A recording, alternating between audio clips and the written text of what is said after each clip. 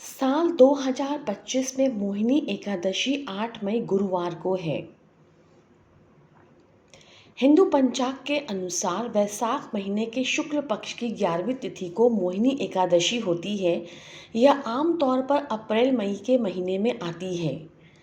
मोहिनी एकादशी के कुछ नियमों का पालन अवश्य करना चाहिए। सुबह स्नान करके भगवान विष्णु की पूजा करें। इस दिन पीले कपड़े पहनने चाहिए। भगवान विष्णु को चंदक का तिलक अवश्य लगाएं। पूजा में तुलसी के पत्ते जरूर चढ़ाने चाहिए। एकादशी से पहले तुलसी के पत्ते तोड़कर रख लेने चाहिए। एकादशी के दिन तुलसी को स्पर्श नहीं करना चाहिए। एकादशी के दिन जुआ, सट्टा, शराब, मांस, मदिरा, क्रोध, लोभ, मिथ्या अहंकार आदि से बचना चाहिए।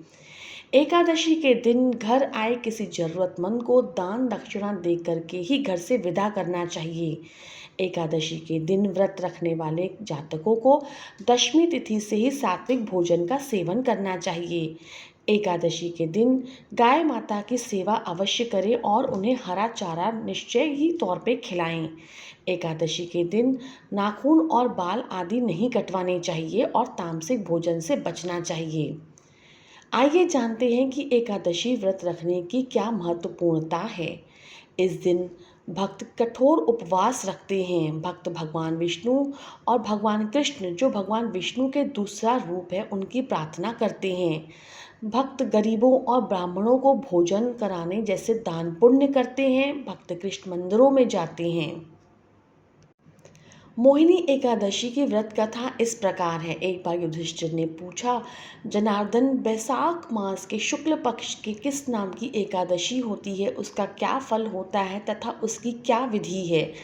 भगवान श्री कृष्ण बोले, महाराज, पूर्व काल में परम बुद्धिमान श्री रामचंद्र जी ने महर्षि वशिष्ठ से भी यही बात पूछ रही थी जो आज आप मुझसे पूछ रहे हैं। श्री राम ने कहा था, भगवान, जो समस्त पापों का क्षय तथा सब प्रकार के दुखों का निवारण करने वाले व्रतों में जो उत्तम व्रत हो, मैं उसे सुनना चाहता हूँ। वशिष्ठ जी बोले, श्री राम, तुमने बहुत उत्तम बात पूछी है।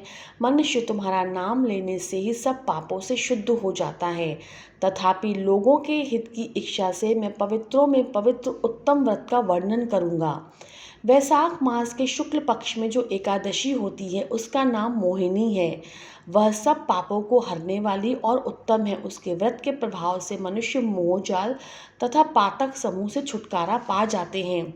सरस्वती नदी के रमणीय तट पर भद्रावती नामक सुंदर नगरी है। वहाँ दैत्यमान नामक राजा, जो चंद्रवंश में उत्पन्न हुए थे, राज्य करते थे। उसी नगर में एक वैश्य रहता था जो धन धान्य से परिपूर्ण और समृद्धशाली था। उसका नाम था धनपाल। वह सदा ही पुण्य कर्म में लगा रहता था। दूसरों के लिए कुआं, मठ, बागीचा, पोखरा तथा घर बनवाया करता था।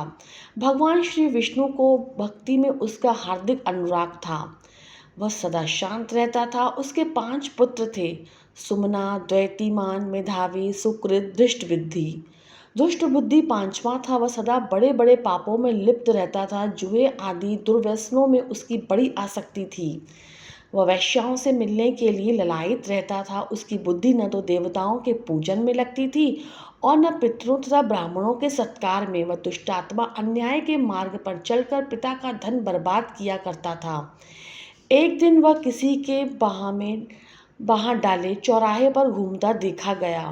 तब पिता ने उसे घर से निकाल दिया तथा बंधु बांधवों ने भी उसका परित्याग कर दिया। अब वह दिन रात दुख और शोक में डूबा तथा कष्ट पर कष्ट उठाता हुआ इधर उधर भटकने लगा।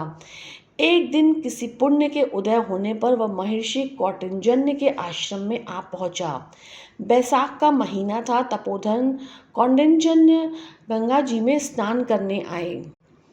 दृष्टबुद्धि शोक के भार से पीड़ित हो मुनिवर कौंडिन्य के पास गया और हाथ जोड़कर सामने खड़ा होकर बोला, ब्रह्मांड को संपूर्ण ज्ञान देने वाले ब्राह्मण द्विजश्रेष्ठ, मुझ पर दया करके कोई ऐसा व्रत बताइए जिसके पुण्य के प्रभाव से मेरी मुक्ति हो। कौंडिन्य जी बोले, बैसाख के शुक्ल पक्ष में मोहिनी नाम से प्रसिद्ध एकादशी का व्रत करो।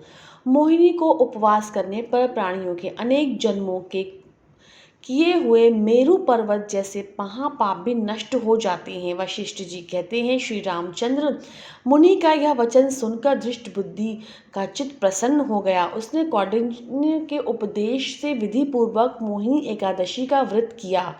नृपश्रेष्ठ इस व्रत के प्रभाव से वह निष्पाप हो गया और दिव्य देह धारण करके गरुड़ पर आरूढ़ होकर सब प्रकार के उपद्रवों से रहित श्री विष्णु धाम को चला गया। इस प्रकार यह मोहिनी का व्रत बहुत उत्तम है। इसके पढ़ने और सुनने से सहस्त्र गोदान का फल प्राप्त होता है।